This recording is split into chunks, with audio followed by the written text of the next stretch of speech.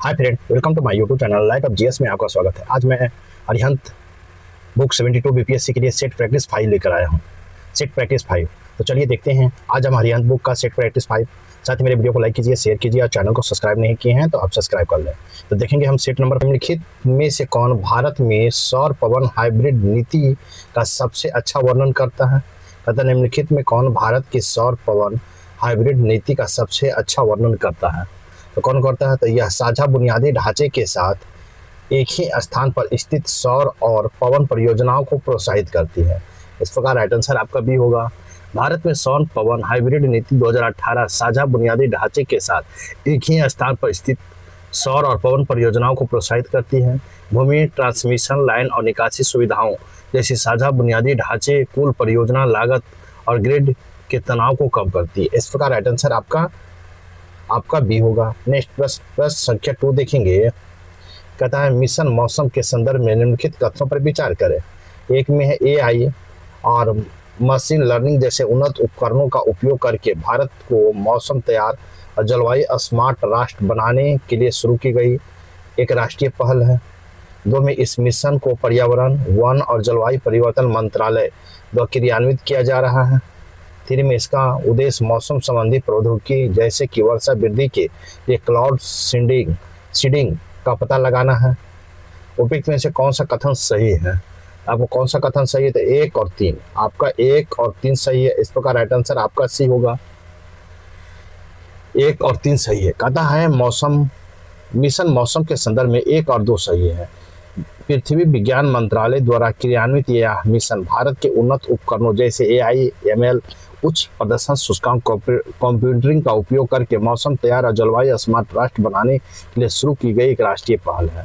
इसके लक्ष्यों में से मौसम प्रबंधन प्रौद्योगिकी को पता लगाना है जैसे वर्षा वृद्धि, क्लाउडिंग सीडिंग और 1 घंटे की आवृत्ति का बेहतर नॉककास्टिंग है।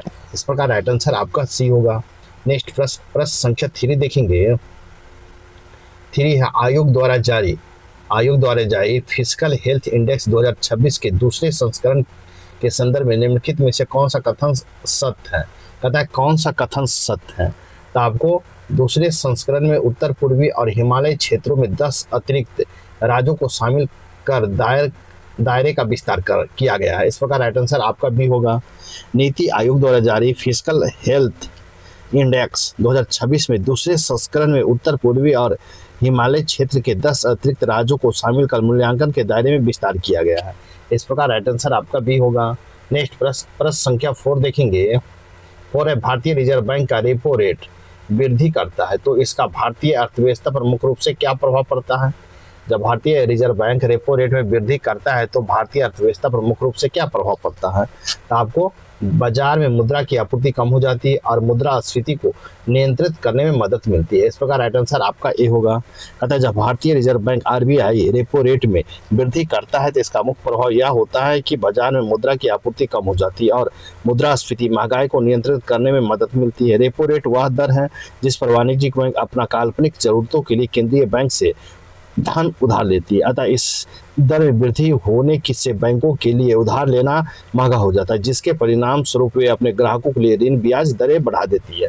इस प्रकार राइट आंसर आपका ए होगा। नेक्स्ट प्रश्न संख्या 5 देखेंगे। भारत में उपभोक्ता मूल्य सूचकांक सीपीआई के संदर्भ में निम्नलिखित कथनों पर विचार करें। 1 में जनवरी 2026 के आंकड़ों के अनुसार ग्रामीण क्षेत्र में 2.73% की तुलना में शहरी क्षेत्र 2.77% की वार्षिक मुद्रास्फीति दर अधिक रही है। 2 में है सीपीआई संयुक्त उपयोग भारत में डेडलाइन मुद्रास्फीति की प्राथमिक माप के रूप में किया जाता है। 3 में सीपीआई के लिए वर्तमान आधार वर्ष बदलकर 2024 कर दिया गया है। उपयुक्त में से कौन सा कथन सही है। कहता है कौन सा कथन आपका सही है। इसका राइट आंसर होगा डी। 1, 2 और 3 तीनों सही है। इस प्रकार राइट आंसर आपका डी होगा। तथा भारत में उपभोक्ता मूल्य सूचकांक के संदर्भ में सभी कथन सही है। इस प्रकार राइट आंसर आपका डी होगा। नेक्स्ट प्रश्न संख्या 6 है। बिहार सरकार की मुख्यमंत्री कन्या उत्थान योजना का प्राथमिक उद्देश्य क्या प्रदान करता है। बिहार सरकार के मुख्यमंत्री कन्या उत्थान योजना का प्राथमिक उद्देश्य क्या प्रदान करता है। तो क्या करता है आपको, इसका राइट आंसर होगा बालिका को जन्म से स्नातक के किस्तों में वित्तीय सहायता प्रदान करना। इस प्रकार राइट आंसर आपका सी होगा। कहता है जन्म से स्नातक की वित्तीय सहायता प्रदान करना मुख्यमंत्री कन्या उत्थान योजना का मुख्य उद्देश्य है। इसमें लगभग 54,100 रुपये प्रदान किए जाते हैं। इस प्रकार राइट आंसर आपका सी होगा। प्रश्न संख्या 7 है, भारत में प्रोजेक्ट पूषा के संदर्भ में निम्नलिखित कथनों पर विचार करें। एक में यह एक स्वदेशी लंबी दूरी की सतह से हवा मार करने वाली मिसाइल प्रणाली विकसित करने की परियोजना है। 2 में है इसे बड़े क्षेत्रों पर आयरन डोम जैसी सुविधा कवच प्रदान करने के लिए डिजाइन किया गया है। 3 में है यह परियोजना मुख्य रूप से इसरो द्वारा विकसित किया जा रही है। उपयुक्त में से कौन सा सही है? कहता है कौन सा आपका सही है, तो इसका राइट आंसर होगा 1 और 2 आपका सही है। 1 और 2 सही, इस प्रकार राइट आंसर आपका ए होगा। कहता है भारत में प्रोजेक्ट कुशल के संदर्भ में कथन 1 और 2 सही है, इस प्रकार राइट आंसर आपका ए होगा। नेक्स्ट प्रश्न संख्या 8 देखेंगे। कहता है किसे प्राय वस्तु कला का नोबेल कहा जाता है? किसे प्राय वस्तु कला का नोबेल कहा जाता है? तो आपको पुलित्जर पुरस्कार को कहा जाता है, इस प्रकार राइट आंसर सी होगा। पुलित्जर पुरस्कार वस्तु कला का नोबेल कहा जाता है। पुलित्जर आर्किटेक्चर पुरस्कार वस्तु कला के क्षेत्र में सबसे प्रतिष्ठित अंतर्राष्ट्रीय पुरस्कार है, इस प्रकार राइट आंसर आपका ये होगा। प्रश्न संख्या 9 है, भारतीय रेल यात्रा का आधुनिकीकरण करने वाले वंदे भारत ट्रेनों को मूल रूप से कहाँ डिजाइन और निर्मित किया गया था? मूल रूप से कहाँ डिजाइन और निर्मित किया गया था? तो आपको कहाँ किया गया था? तो आपको integral coach factory ICF Chennai में किया गया था। Integral coach factory ICF Chennai में किया गया था, इस प्रकार राइट आंसर आपका बी होगा। कहता भारतीय रेलवे का आधुनिकीकरण करने वाले वंदे भारत ट्रेनों को मूल रूप से इंटीग्रल कोच फैक्ट्री चेन्नई में डिजाइन और निर्मित किया गया था। पहली वंदे भारत ट्रेन 18 के नाम से जाना जाता था, इस प्रकार राइट आंसर आपका बी होगा। प्रश्न संख्या 10 है, लॉजिस्टिक्स प्रदर्शन सूचकांक LPI के बारे में निम्नलिखित में से कौन सा कथन सही है? 1 में यह सीमा शुल्क बुनियादी ढांचे और अंतर्राष्ट्रीय शिपमेंट में उनकी दक्षता के आधार पर देशों को रैंक करता है। 2 में है भारत वैश्विक स्तर पर लगातार 5 वर्ष में रहा है। 3 में यह विश्व आर्थिक मंच WEF का द्वारा प्रकाशित किया जाता है। तो आपको कोड की सहायता से बताना है, इसका राइट आंसर केवल 1। यह सीमा शुल्क बुनियादी ढांचे और अंतर्राष्ट्रीय शिपमेंट में उनकी दक्षता के आधार पर देशों को रैंक करता है, इस प्रकार राइट आंसर आपका ए होगा। देखेंगे बोल्ट जमान मशीन जो आर्टिफिशियल इंटेलिजेंट और भौतिकी की एक अवधारणा है के संदर्भ में निम्नलिखित कथनों पर विचार करें। निम्नलिखित कथनों पर विचार करें, तो इसका हो जाएगा यह एक स्टोकेस्टिक आवर्ती न्यूरल नेटवर्क है जो आंतरिक प्रतिनिधित्व सीखने और कठिन कॉम्बिनेटिक समस्याओं को हल करने में सक्षम है, इस प्रकार राइट आंसर आपका बी होगा। नेक्स्ट प्रश्न संख्या 12 देखेंगे। कहता है प्रतिष्ठित साहित्य पुरस्कार बिहारी पुरस्कार किसे दिया जाता है? बिहारी पुरस्कार किसे दिया जाता है? तो इसका राइट आंसर हो जाएगा बी, के बिरला फाउंडेशन के द्वारा दिया जाता है, इस प्रकार राइट आंसर बी होगा। कहता है 1991 में स्थापित साहित्यिक पुरस्कार बिहार पुरस्कार के बिरला फाउंडेशन के द्वारा दिया जाता है, इस प्रकार राइट आंसर आपका बी होगा। लेकिन देखेंगे बिहार सरकार की निजी नलकूप योजना के प्राथमिक उद्देश्य क्या है? निजी नलकूप योजना का प्राथमिक उद्देश्य क्या है? तो आपको क्या है? तो सिंचाई सुनिश्चित करने के लिए निजी नलकूप स्थापित करने हेतु किसानों को सब्सिडी देना, इस प्रकार राइट आंसर सी होगा। नलकूप योजना का उद्देश्य निजी नलकूपों स्थापित करने के लिए किसानों को सब्सिडी प्रदान करना। सरकार बोरिंग की गहराई और किसान की श्रेणी के आधार पर 50 से 80% सब्सिडी प्रदान करती है, इस प्रकार राइट आंसर आपका बी होगा। नेक्स्ट प्रश्न संख्या 14 देखेंगे। कहता भारत में 8 प्रमुख उद्योग के संबंध में निम्नलिखित में से किसका भार दूसरा सबसे अधिक है? कहता भारत के 8 प्रमुख उद्योग के संबंध में निम्नलिखित में से किसका भार दूसरा सबसे अधिक है? देखिए इसका है तो बिजली उत्पादन का, इस प्रकार राइट आंसर आपका बी होगा। भारत में 8 प्रमुख उद्योगों के संबंध में बिजली उत्पादन का भार दूसरा सबसे अधिक है, इस प्रकार राइट आंसर आपका बी होगा। नेक्स्ट प्रश्न संख्या 15 देखिए। प्रश्न संख्या 15 भारतीय रिजर्व बैंक द्वारा ब्रांड मनी की गणना निम्नलिखित में से किसे शामिल नहीं किया जाता है? ब्रांड मनी की गणना में निम्नलिखित में किसे शामिल नहीं किया जाता है? तो आपको डाकघर बचत बैंक को शामिल नहीं किया जाता, इस प्रकार राइट आंसर आपका सी होगा। प्रश्न संख्या 16 देखेंगे। निम्नलिखित में कौन शिमला समझौता 1972 बनाम भारत श्रीलंका समझौता 1978 का वर्णन करता है? तो कौन करता है? आपको शिमला समझौता भारत और पाकिस्तान के बीच था, जबकि 1987 का समझौता भारत और श्रीलंका के बीच था, इस प्रकार राइट आंसर आपका बी होगा। भारत शिमला समझौता भारत और पाकिस्तान के बीच था, जबकि 1987 का समझौता भारत और श्रीलंका के बीच था। इस प्रकार राइट आंसर आपका बी होगा। नेक्स्ट प्रश्न संख्या 17 है, किस संकेतक का उपयोग ग्लोबल इनोवेशन इंडेक्स में किया जाता है किंतु मानव विकास सूचकांक में नहीं? आपके ऑप्शन इस प्रकार है, इसका राइट आंसर हो जाएगा आपको अनुसंधान और विकास व्यय का। इस प्रकार राइट आंसर आपका सी होगा। नेक्स्ट प्रश्न कहता है कि अनुसंधान विकास और संकेतक प्रयोग ग्लोबल इनोवेशन इंडेक्स द्वारा किया जाता है किंतु मानव विकास सूचकांक में नहीं। इस प्रकार राइट आंसर आपका सी होगा। निम्नलिखित में किस पुरस्कार को हाल ही में पुनर्गठित और राष्ट्रीय विज्ञान पुरस्कार के रूप में नाम दिया गया है? कहता निम्नलिखित में किस पुरस्कार को हाल ही में पुनर्गठित और राष्ट्रीय विज्ञान पुरस्कार के रूप में नाम दिया गया है? तो किसका नाम दिया गया है? तो शांति स्वरूप भटनागर पुरस्कार का नाम दिया गया है। इस प्रकार राइट आंसर आपका ए होगा। शांति स्वरूप भटनागर पुरस्कार को राष्ट्रीय विज्ञान पुरस्कार की श्रेणी में शामिल कर पुनर्गठित किया है। इस प्रकार राइट आंसर आपका ए होगा। प्रश्न संख्या 19 है, global gender gap index. Global gender gap index में राजनीतिक सशक्तिकरण के आयाम का प्रतिनिधित्व करने के लिए किस संकेत का उपयोग किया जाता है? तो किस संकेत का उपयोग किया जाता है? तो आपको किसका उपयोग किया जाता है? तो मंत्री पदों और संसदों में महिलाओं के अनुपात को, मंत्री पदों और संसद में महिलाओं के अनुपात को संकेत का उपयोग किया जाता है। इस प्रकार राइट आंसर आपका बी होगा। मंत्री पदों और संसद में महिलाओं के अनुपात को राजनीतिक सशक्तिकरण का प्रतिनिधित्व करती है। ग्लोबल जेंडर गैप इंडेक्स 4 आयामों में लैंगिक समानता को मापता है: आर्थिक भागीदारी, शैक्षणिक उपलब्धि, स्वास्थ्य एवं उत्तरजीविता और राजनीतिक सशक्तिकरण को। इस प्रकार राइट आंसर बी होगा। नेक्स्ट प्रश्न संख्या 20 देखेंगे, ग्रीन अमोनिया के संबंध में सही कथन को पहचान करें। ग्रीन अमोनिया के संबंध में सही कथन को पहचान करें।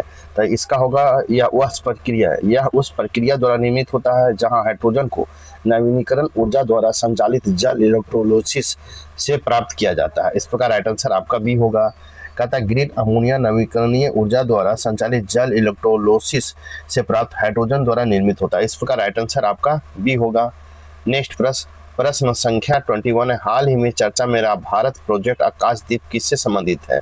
भारत प्रोजेक्ट आकाशदीप किससे संबंधित है?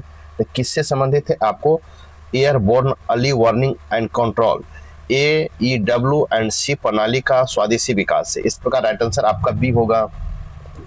Project Akashdeep airborne early warning and control प्रणाली की विकास से संबंधित है, यह है। इस प्रकार राइट आंसर बी होगा। नेक्स्ट प्रश्न संख्या 22 देखेंगे, बिहार सरकार ने मिशन अंकुर का प्राथमिक उद्देश्य क्या है? मिशन अंकुर का प्राथमिक उद्देश्य क्या है? तो प्राथमिक उद्देश्य है छात्रों के बीच आधारभूत साक्षरता और संख्यानात्मक FLN प्राप्त करना। छात्रों के बीच आधारभूत साक्षरता और संख्यानात्मकता प्राप्त करना। इस प्रकार राइट आंसर आपका बी होगा।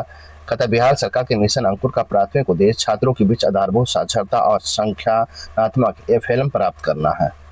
अंकुर मिशन राष्ट्रीय पहल निपुण भारत का बिहार विशिष्ट क्रियान्वयन है।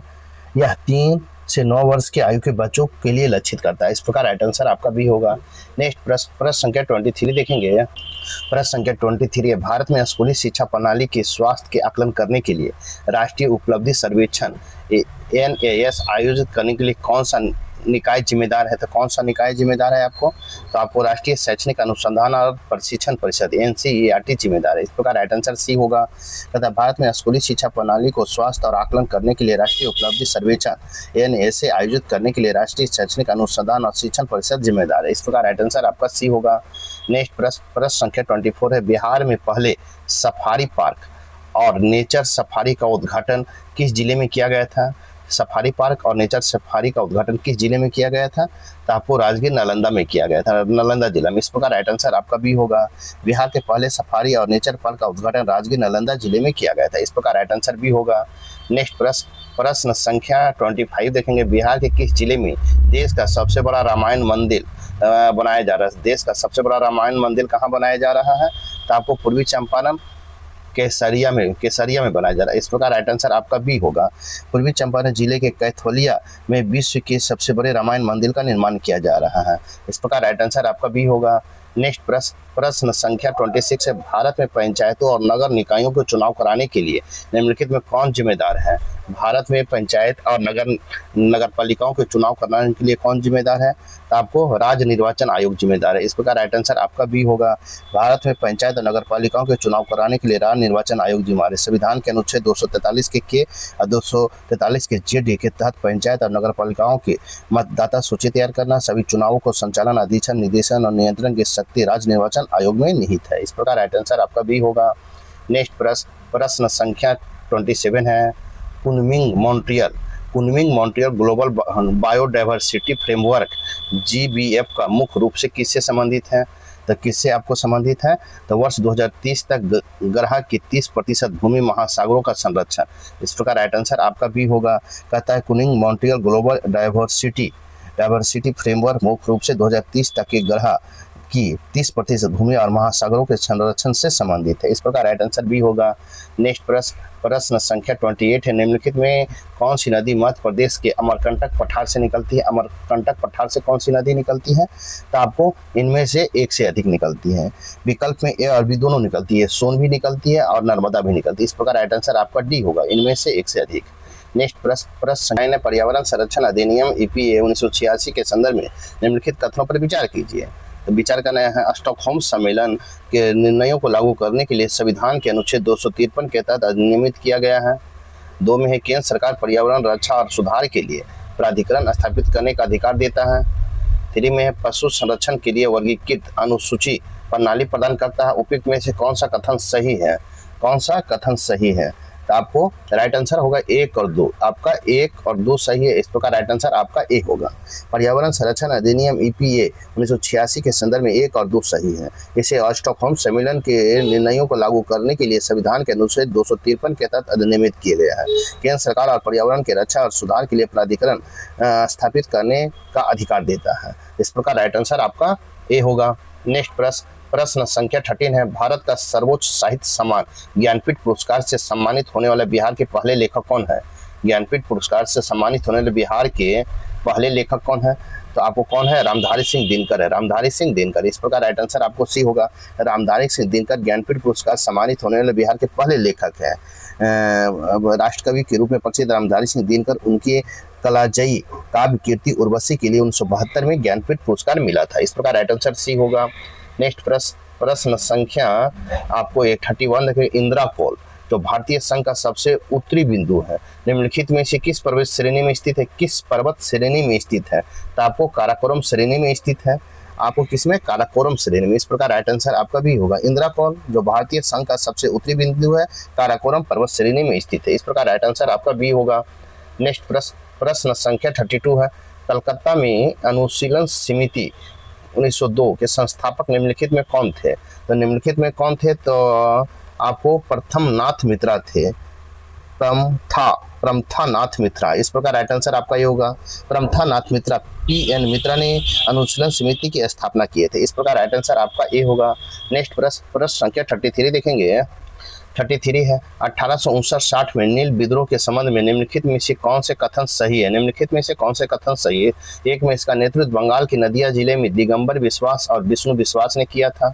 2 में है इस विद्रोह को बुद्धिजीवी वर्ग की महत्वपूर्ण समर्थन मिला, इसमें हरीश चंद्र मुखर्जी भी शामिल थे। 3 में किसानों की दुर्दशा उजागर करने के लिए नील दर्पण नामक नाटक माइकल मधुसूदन दत्त द्वारा लिखा गया था। कूट के सहायता से आपको चुनना है। तो इसका राइट आंसर होगा 1 और 2। आपका 1 और 2 आपका सही। इस प्रकार राइट आंसर आपका ए होगा। कहता है 1959-60 में नील विद्रोह के संबंध में कथन 1 और 2 सही है। नील विद्रोह के शुरुआत नदिया के गोविंदपुर गांव से विश्वास भाइयों के नेतृत्व में हुआ था। हरीश चंद्र मुखर्जी अपने समाचार द हिंदू पैट्रियट में संघर्ष की प्रमुखता से उठाया था, जबकि नील दर्पण नाटक दीनबंधु मित्र द्वारा लिखा गया। माइकल मधुसूदन दत्त ने इसका अंग्रेजी में अनुवाद किया था। इस प्रकार आपका 3 गलत था और 1 2 सही। इस प्रकार राइट आंसर ए होगा। नेक्स्ट प्रश्न संख्या 34 देखेंगे। प्रश्न संख्या 34 है। उत्तर की ओर बिहार में प्रवेश करने वाली गंगा नदी की सबसे पूर्वी सहायक नदी कौन है? उत्तर की ओर बिहार में प्रवेश करने वाली गंगा नदी की सबसे पूर्वी सहायक नदी कौन है? तो सहायक नदी कौन है? महानंदा है। इस प्रकार राइट आंसर आपका भी होगा। महानंदा बिहार के उत्तर से मिलने वाली सबसे पूर्वी सहायक नदी। इस प्रकार राइट आंसर आपका भी होगा। नेक्स्ट प्रश्न संख्या 35 देखेंगे। प्रश्न संख्या 30 है, पर्यावरण प्रदर्शन सूचकांक ईपीआई की मुख्य रूप से किन संगठनों द्वारा प्रदर्शित किया जाता है? पर्यावरण प्रदर्शन सूचकांक ईपीआई मुख्य रूप से किन संगठनों द्वारा प्रकाशित किया जाता है? तो किन संगठनों द्वारा किया जाता है? तो आपको किया जाता है येल और कोलंबिया विश्वविद्यालय द्वारा, येल और कोलंबिया विश्वविद्यालय द्वारा। इस प्रकार राइट आंसर ए होगा। कहा था पर्यावरण प्रदर्शन सूचकांक ईपीआई मुख्य रूप से येल और कोलंबिया विश्वविद्यालय प्रकाशित करते हैं। इस प्रकार राइट आंसर आपका ए होगा। नेक्स्ट प्रश्न संख्या 36 है, निम्नलिखित में कौन सा दर्रा उत्तराखंड को चीन से जोड़ता है और कैलाश मानसरोवर यात्रा के लिए प्रमुख मार्ग है? कौन सा दर्रा उत्तराखंड को चीन से जोड़ता है और कैलाश मानसरोवर यात्रा के लिए एक प्रमुख मार्ग है? तो आपको लेपू लेख दर्रा है, लेपू लेख दर्रा। इस प्रकार राइट आंसर आपका बी होगा। तथा लेपू लेख दर्रा उत्तराखंड, तिब्बत, चीन को जोड़ता है और कैलाश मानसरोवर यात्रा के लिए एक प्रमुख मार्ग है। इस प्रकार राइट आंसर आपका बी होगा। नेक्स्ट प्रश्न संख्या 37 है, मौर्य प्रशासन के संदर्भ में सन्निधाता शब्द किससे संदर्भित करता है? सन्निधाता शब्द किससे संदर्भित करता है? तो आपको किससे कहता है? राजकोषीय कोष के मुख्य संरक्षक से, खजांची से। राजकोषीय कोष के मुख्य संरक्षक खजांची से। इस प्रकार राइट आंसर आपका बी होगा। आपको सन्निधाता राजकीय कोष के मुख्य संरक्षक खजांची था, समाहर्ता राजस्व एकत्र करता था और सन्निधाता उसे सुरक्षित रखने के लिए उत्तरदायी था। यह अधिकारी राजा की सीधी देखभाल और केंद्रीय सचिवालय का हिस्सा था। इस प्रकार राइट आंसर बी होगा। नेक्स्ट प्रश्न संख्या 38 है, बिहार का पहला स्टार्टअप हब निम्नलिखित में किस स्थान पर स्थापित किया गया है? स्टार्टअप हब बिहार के किस स्थान पर स्थापित किया गया है? तो आपको पटना में स्थापित किया गया। इस प्रकार राइट आंसर आपका सी होगा। बिहार का पहला स्टार्टअप हब पटना में स्थापित किया गया। इस प्रकार राइट आंसर आपका सी होगा। प्रश्न संख्या 39 है, संयुक्त राष्ट्र यूएन निम्नलिखित में से कौन सा अंग न्यूयॉर्क शहर के बाहर स्थित होने वाला एकमात्र अंग है? तो न्यूयॉर्क संयुक्त राष्ट्र संघ का निम्नलिखित में कौन सा अंग न्यूयॉर्क शहर के बाहर स्थित होने वाला एकमात्र अंग कौन सा है? तो आपको अंतर्राष्ट्रीय न्यायालय है, अंतर्राष्ट्रीय न्यायालय। इस प्रकार राइट आंसर आपका भी होगा। अंतर्राष्ट्रीय न्यायालय द हेग नीदरलैंड में स्थित है। इस प्रकार राइट आंसर भी होगा। नेक्स्ट प्रश्न संख्या 14 है, चिल्का झील के संदर्भ में निम्नलिखित कथनों पर विचार करें। तो एक में उड़ीसा तट के साथ पूर्व की ओर बहने वाली नदियां तलछट के जमाव के कारण बनी बैरियर लंगूर हैं। 2 में है 20वीं सदी के अंत में चिल्का की परिस्थिति की गिरावट मुख्य रूप से समुद्र के मुहाने के बंद होने के कारण कम हुई लवणता के कारण थी। 3 में है एक नए कृत्रिम समुद्री मुहाने के खुलने से झील में मछली पकड़ने और जैव विविधता में काफी सुधार हुआ है।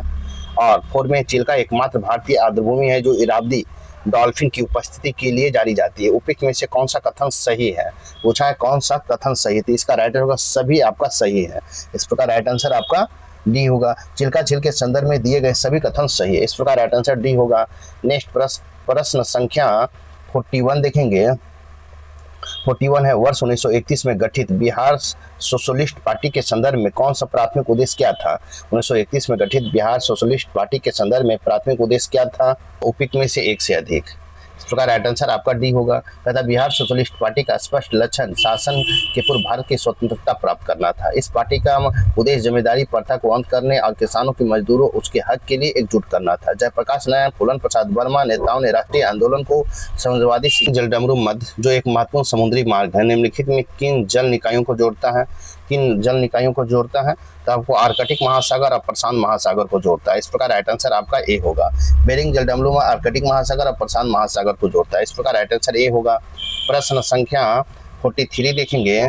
43 हम देखेंगे। 43 निम्नलिखित को मिलान करना है तो अनुच्छेद 44 है, तो अनुच्छेद 44 का हो जाएगा 2 समान नागरिक संहिता। फिर देखेंगे अनुच्छेद 50 है तो इसका 1 होगा नगर पालिका का कार्यपालिका से पृथककरण। 3 में अनुच्छेद 46 तो इसका हो जाएगा आपको SC ST का उत्थान। फिर अनुच्छेद 40 तो इसका हो जाएगा 3 ग्राम पंचायतें। इस प्रकार 1 का 2, B का 1, C का 4 और D का 3। इस प्रकार राइट आंसर आपका ए होगा। नेक्स्ट प्रश्न संख्या 44 देखेंगे। 44 है, बराबर की पहाड़ियों में स्थित लोम ऋषि गुफा का प्रवेश द्वार किसके जैसा प्रतीत होता है?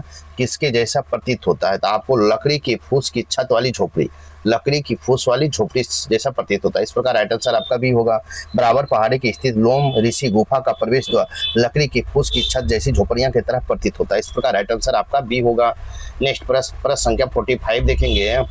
भारतीय संविधान में 6ठी अनुसूची के संदर्भ में निम्नलिखित कथनों पर विचार करें। कहता है निम्नलिखित कथनों पर विचार करने के लिए तो आपको इसमें जो है, एक में है उत्तर पूर्वी भारत के कुछ जनजातीय क्षेत्रों में स्वायत्ता जिला परिषद का प्रावधान करती हैं। दो में है इन परिषदों के पास भूमि वन प्रथागत प्रथाओं को कानून बनाने की शक्ति है। तीसरी में छठी अनुसूची का प्रावधान पश्चिमी अनुसूची के तहत सूचीबद्ध सभी जनजातीय क्षेत्रों पर लागू होते हैं। और फोर्थ में राज्यपाल के पास छठी अनुसूची के क्षेत्रों में प्रशासन के संबंध में विवेकाधीन शक्तियां। उपयुक्त में से कौन सा कथन सही है, पूछा है कौन सा कथन सही है। इसका राइट हो 1, 2 और 4। 1, 2 और 4 आपका सही है। इस प्रकार राइट आंसर आपका ए होगा। भारतीय संविधान की छठी अनुसूची के संदर्भ में कथन 1 और 2 और 4 आपका सही है। इस प्रकार राइट आंसर आपका ए होगा। प्रश्न संख्या 46 देखेंगे। 46 बिहार सरकार के कार्यक्रम स्वच्छ गांव समृद्ध गांव, स्वच्छ गांव समृद्ध गांव का मुख्य रूप से किस पर केंद्रित है? मुख्य रूप से किस पर केंद्रित है? तो आपको किस पर केंद्रित है? तो उपयुक्त में से एक से अधिक पर। कहता है बिहार सरकार का कार्यक्रम स्वच्छ गांव समृद्ध गांव के संबंध में एक से अधिक कथन सही है। इस प्रकार सौर स्ट्रीट लाइट आपको, अपशिष्ट प्रबंधन ए आपको सौर लाइट हो गया 1, और अपशिष्ट प्रसंस्करण दोनों 1 और 2 दोनों पर। इस प्रकार राइट आंसर आपका डी होगा। नेक्स्ट प्रश्न संख्या 47 है। किस जैन ग्रंथ में भगवती सूत्र शामिल है जिसमें 16 महाजनपदों की सूची प्रदान करता है? तो आपको क्या हो जाएगा? आपको व्याख्या विज्ञप्ति। इस प्रकार राइट आंसर आपका बी होगा। कहता है व्याख्या प्रज्ञप्ति में भगवती सूत्र शामिल है, यह 12 जैन अंगों में से 5वां है। इस प्रकार राइट आंसर आपका बी होगा। प्रश्न संख्या 48 है। बिहार के मध्यकालीन काल के दौरान कनाट वंश के पतन के बाद मिथिला का आइनवर वंश सत्ता में आया। इसके संस्थापक कौन थे? ओइनवार वंश सत्ता में आया। इसके संस्थापक कौन थे? इसके संस्थापक थे कामेश्वर ठाकुर थे। इस प्रकार राइट आंसर आपका ए होगा। बिहार में मध्यकालीन काल के दौरान कनाट वंश के पतन के बाद मिथिला में ओइनवर वंश सत्ता में आया। कामेश्वर ठाकुर इसकी स्थापना की थी। इस प्रकार राइट आंसर आपका ए होगा। नेक्स्ट प्रश्न संख्या 49 देखेंगे।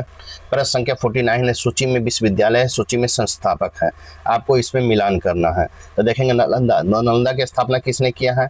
तो नालंदा का स्थापना किसने किया है? तो कुमार गुप्त किए हैं, 2 हो जाएगा। विक्रमशिला की स्थापना किसने किया? तो धर्मपाल 3 हो जाएगा। फिर उदंतपुरी विश्वविद्यालय की स्थापना किसने किया है? तो गोपाल किए हैं। फिर जगदल का किसने किया है? तो रामपाल किए हैं। इस प्रकार 1 का 2, बी का 3, सी का 1 और डी का 4 होगा। इस प्रकार राइट आंसर आपका ए होगा। नेक्स्ट प्रश्न संख्या 15 देखेंगे। 15 बिहार की गया पहाड़ियों के संबंध में निम्नलिखित कथनों पर विचार करें। 1 में ब्रह्मयोनी पहाड़ी गया क्षेत्र में उच्चतम बिंदु है। 2 में बराबर की गुफाएं गया कटकगढ़ पहाड़ियां में स्थित है। 3 में गया 3 पवित्र पहाड़ियों से घिरा है, मंगला, गौरी, श्रृंग स्थान और रामशिला से। उपयुक्त में से कौन सा कथन सही है? कहता है कौन सा कथन सही है? तो आपको 1 और 3 आपका सही। इस प्रकार राइट आंसर आपका बी होगा। बिहार की गया पहाड़ी के संदर्भ में कथन 1 और 3 सही है। इस प्रकार राइट आंसर आपका बी होगा। नेक्स्ट प्रश्न संख्या 51 है। स्वामी सहजानंद सरस्वती के नेतृत्व में हुए निम्नलिखित आंदोलन संगठनों के काल अनुक्रमिक रूप में व्यवस्थित करें। 1 में है लखनऊ में अखिल भारतीय किसान सभा का गठन। 2 में है पटना में हुंकार पत्रिका का प्रकाशन। 3 में है पश्चिमी पटना किसान सभा की स्थापना। 4 में सोनपुर में बिहार प्रांतीय किसान सभा की अध्यक्षता। कूट की सहायता से आपको बताने थे। इसका राइट आंसर होगा 3, 4, 1, 2। 3, 4, 1, 2 होगा। इस प्रकार राइट आंसर आपका ए होगा। नेक्स्ट प्रश्न संख्या आपको 52 है। बिहार झारखंड क्षेत्र में निम्नलिखित में कौन सा खदान ऐतिहासिक रूप से भारत में यूरेनियम उत्पादन में पहली खदान थी? भारत यूरेनियम उत्पादन करने में पहली खदान कौन थी? तो आपको जादूगोरा खदान थी। इस प्रकार राइट आंसर ए होगा। बिहार झारखंड क्षेत्र में जादूगोर खदान ऐतिहासिक रूप से भारत में यूरेनियम उत्पादन करने वाली पहली खदान थी। इस प्रकार राइट आंसर आपका ए होगा। नेक्स्ट प्रश्न संख्या 53 है। बिहार के बांका मॉडल का संबंध प्राथमिक रूप से किससे है? तो बांका मॉडल का प्राथमिक रूप से संबंध किससे है? तो आपको स्मार्ट क्लास और डिजिटल शिक्षा से। इस प्रकार राइट आंसर आपका भी होगा। बिहार में बांका मॉडल का संबंध प्राथमिक रूप से स्मार्ट क्लास और डिजिटल शिक्षा से है। इस नवाचार में सरकारी स्कूलों में छात्रों को उच्च गुणवत्ता और डिजिटल सामग्री और निरंतर मूल्यांकन प्रदान करने के लिए प्रौद्योगिकी, मोबाइल ऐप और टीवी का उपयोग किया। इस प्रकार राइट आंसर भी होगा। नेक्स्ट प्रश्न संख्या 54 देखेंगे। निम्नलिखित को मिलान करें। गर्म जल कुंड और विशेषता। तो आपको गर्म जल कुंड और विशेषता हम देखेंगे। तो इसका हो जाएगा आपको ब्रह्म कुंड। तो ब्रह्म कुंड का हो जाएगा 3 उच्चतम ताप वाला जल कुंड। फिर है मखदुम कुंड, तो मखदुम कुंड हो जाएगा दल एक प्रसिद्ध सूफी संत के नाम पर है। तीन में सूर्य कुंड, तो सूर्य कुंड किसका हो जाएगा, तो सूर्य कुंड का वन हो जाएगा, सूरज पूजा के पवित्र स्नान से संबंधित है। डी में है नानका कुंड, नानका कुंड हो जाएगा वन, प्रथम सिख गुरु से संबंधित है, इसलिए एक का 3, बी का 2 और सी का 1 और डी का 4 होगा। इस प्रकार राइट आंसर आपका ए होगा। प्रश्न संख्या 55 है, बराबर समूह का हिस्सा सुदामा गुफा सम्राट अशोक ने अपने शासनकाल के किस वर्ष आजीवक संप्रदाय को समर्पित की थी, आजीवक संप्रदाय को समर्पित की थी, तो आपको किस वर्ष, शासन के 12वें वर्ष। इस प्रकार राइट आंसर आपका बी होगा। अशोक ने अपने शासनकाल के 12वें वर्ष में सुदामा गुफा आजीवक संप्रदाय को समर्पित की थी। इस प्रकार राइट आंसर आपका बी होगा। नेक्स्ट प्रश्न संख्या 56 देखेंगे। प्रश्न संख्या 56, किस गुप्त शासक को उसके सिक्कों पर वीणा बजाते हुए चित्रित किया गया, वीणा बजाते हुए चित्रित किया गया है, तब किसे किया गया है, तो समुद्रगुप्त को। इस प्रकार राइट आंसर भी होगा, समुद्रगुप्त को उसके सिक्कों पर वीणा बजाते हुए चित्रित किया गया है। इस प्रकार राइट आंसर आपका बी होगा। प्रश्न संख्या 57 है, भागलपुर का युद्ध 1745 में निम्नलिखित में किन शक्तियों के बीच लड़ा गया और एक महत्वपूर्ण संघर्ष था, तो आपको मराठा परिसंघ और बंगाल के नवाब के बीच लड़ा गया। इस प्रकार राइट आंसर ए होगा। भागलपुर का युद्ध 1745 में मराठा परिसंघ और बंगाल के नवाब के बीच लड़ा गया था। इस प्रकार राइट आंसर आपका ए होगा। नेक्स्ट प्रश्न संख्या 58 है, कुसुम योजना का प्राथमिक उद्देश्य क्या है, कुसुम योजना का प्राथमिक उद्देश्य क्या है, तो आपको कृषि पंपों का सौरीकरण और ग्रिड से जुड़ी हुई सौर ऊर्जा। इस प्रकार राइट आंसर आपका बी होगा। कहता है कृषि पंपों का सौरीकरण और ग्रिड से जुड़ी सौर ऊर्जा कुसुम योजना का मुख्य उद्देश्य है। इस प्रकार राइट आंसर आपका बी होगा। नेक्स्ट प्रश्न संख्या 59 है, अर्थशास्त्र में एजेल का नियम के बारे में निम्नलिखित में कौन सा कथन सही है, एजेल के नियम के बारे में कौन सा कथन सही है, तो जैसे जैसे आय बढ़ती है भोजन पर खर्च की जाने वाली आय का अनुपात घटता जाता है। इस प्रकार राइट आंसर आपका ए होगा। अर्थशास्त्र में एजेल के नियम के बारे में कथन एक सही है, जैसे जैसे आय बढ़ती है भोजन पर खर्च की जाने वाले आय के अनुपात घटता जाता है। इस प्रकार राइट आंसर ए होगा। नेक्स्ट प्रश्न संख्या 60 है, निम्नलिखित गुप्त शासकों में से कौन चांदी के सिक्के जारी करने वाला पहला शासक था, जिसने मुख्य रूप से पश्चिमी भारत में शक क्षत्रपों पर विजय की स्मृति में जारी किए थे, विजय स्मृति में जारी किए थे, तो आपको किसने, चंद्रगुप्त द्वितीय ने, चंद्रगुप्त द्वितीय ने। इस प्रकार राइट आंसर आपका बी होगा। नेक्स्ट प्रश्न संख्या 61 देखेंगे। प्रश्न संख्या 61 देखेंगे। 61 है, निम्नलिखित में से कौन सा कथन भारत में हरित क्रांति में एम.एस. स्वामीनाथन के योगदान को सही व्याख्या करता है, एम.एस. स्वामीनाथन का योगदान को सही व्याख्या करता है, तो आपको व्याख्या करता है, तो आपको उन्होंने मैक्सिको बोनी गेहूं के किस्मों के साथ भारतीय लैंड्रेस का संस्करण कराकर सोनालिका और कल्याण सोना किस्में विकसित की। 2 में है, उन्होंने राष्ट्रीय किसान आयोग 2004 में स्थापना की और सिफारिश की कि एमएसपी उत्पादन में भारित औसत लागत कम से कम 50% अधिक होनी चाहिए, और वे 1987 में विश्व खाद्य पुरस्कार के पहले प्राप्तकर्ता थे। इसका राइट आंसर होगा ये सभी तीनों सही। इस प्रकार राइट आंसर आपका डी होगा, तीनों राइट आंसर है। इस प्रकार राइट आंसर डी होगा। नेक्स्ट प्रश्न संख्या 62 देखेंगे। भारतीय संविधान के तहत किसी केंद्रीकरण प्रदेश में शामिल करने या बाहर करने के लिए उच्च न्यायालय के अधिकार क्षेत्र का विस्तार करने या कटौती करने की शक्ति किसमें निहित है, तो शक्ति किसमें निहित है, आपको कानून द्वारा संसद को। इस प्रकार राइट आंसर आपका सी होगा। भारतीय संविधान के तहत किसी केंद्र शासित प्रदेश को शामिल करने या बाहर करने के लिए न्यायालय का अधिकार क्षेत्र का विस्तार करने या कटौती करने की शक्ति कानून द्वारा संसद में निहित है। इस प्रकार राइट आंसर आपका सी होगा। नेक्स्ट प्रश्न संख्या 63 देखेंगे। बिहार के श्री डॉक्टर श्री कृष्ण सिंह के संदर्भ में निम्नलिखित कथनों पर विचार करें। एक में है, उन्होंने 1930 में गढ़पुरा बेगूसराय में बिहार में नमक सत्याग्रह का नेतृत्व किया। 2 में, उन्होंने 1937 से 1961 में बिहार में पहले मुख्यमंत्री अब प्रीमियर कहा जाता है के रूप में कार्य किए। आगे देखेंगे हम। 3 में, वे जमींदारी प्रथा के उन्मूलन के लिए कानून पारित करने वाले भारत के पहले नेता थे। उपयुक्त में से कौन सा कथन सत्य है, तो कौन सा कथन सत्य पूछा है, तो इसका राइट आंसर होगा डी, सभी सत्य है। इस प्रकार राइट आंसर आपका डी होगा। नेक्स्ट प्रश्न संख्या 64 देखेंगे। फरवरी 1923 में स्थापित स्वराज दल बिहार शाखा के पहले अध्यक्ष कौन थे, स्वराज दल बिहार शाखा के पहले अध्यक्ष कौन थे, तो आपको कौन थे, नारायण प्रसाद थे। इस प्रकार राइट आंसर आपका बी होगा। नारायण प्रसाद फरवरी 1923 में स्थापित स्वराज दल बिहार शाखा के पहले अध्यक्ष थे। नेक्स्ट प्रश्न संख्या 65 है, लोकसभा अध्यक्ष के पद हटाने की संवैधानिक प्रक्रिया के संदर्भ में निम्नलिखित कथनों पर विचार करें। एक में अध्यक्ष को हटाने का संकल्प केवल लोकसभा में शुरू किया जा सकता है। दो में है संकल्प पारित करने के लिए सदन की उपस्थिति और मतदान करने वाले सदस्यों को 2/3 बहुमत की आवश्यकता होती है। 3 में है जब अध्यक्ष को हटाने का प्रस्ताव विचाराधीन हो तो सदन की कार्यवाही में उपस्थित रह सकते हैं और प्रथम दृष्टया मतदान भी कर सकते हैं।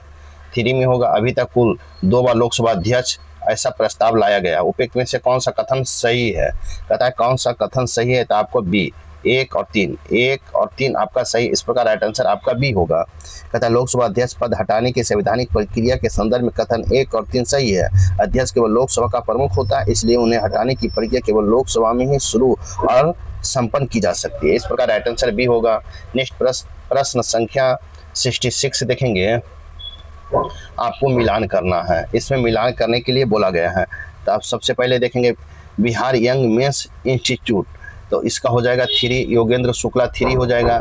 फिर Hindustan social Republic association Bihar, तो इसका हो जाएगा 2, फरींद्रनाथ घोष। फिर देखेंगे तिरहुत रिवोल्यूशनरी पार्टी, तो इसका हो जाएगा 1, बैंकुट शुक्ला। फिर देखेंगे अनुशीलन समिति शाखा पटना, तो इसका हो जाएगा सचिंद्रनाथ सनियान। इस प्रकार आपका राइट आंसर होगा ए का 3, बी का 2, सी का 1 और डी का 4। इस प्रकार राइट आंसर आपका ए होगा। नेक्स्ट प्रश्न संख्या 67 देखेंगे। 67 है झारखंड के उरांव जनजाति के बीच ताना भगत आंदोलन 1914 मुख्य रूप से क्या था। तो मुख्य रूप से क्या था, तो आपका ऑप्शन देखेंगे हम क्या था। तो मुख्य रूप से क्या था, तो आपको बी होगा। एक ईश्वरवाद और सामाजिक सुधार में केंद्रित संस्कृतिकरण का आंदोलन था। इस प्रकार राइट आंसर आपका बी होगा। झारखंड के उरांव जनजाति के बीच में ताना भगत आंदोलन 1914 मुख्य रूप से एक ईश्वरवाद सामाजिक सुधार पर केंद्रित एक संस्कृतिकरण आंदोलन था। इस प्रकार राइट आंसर आपका बी होगा।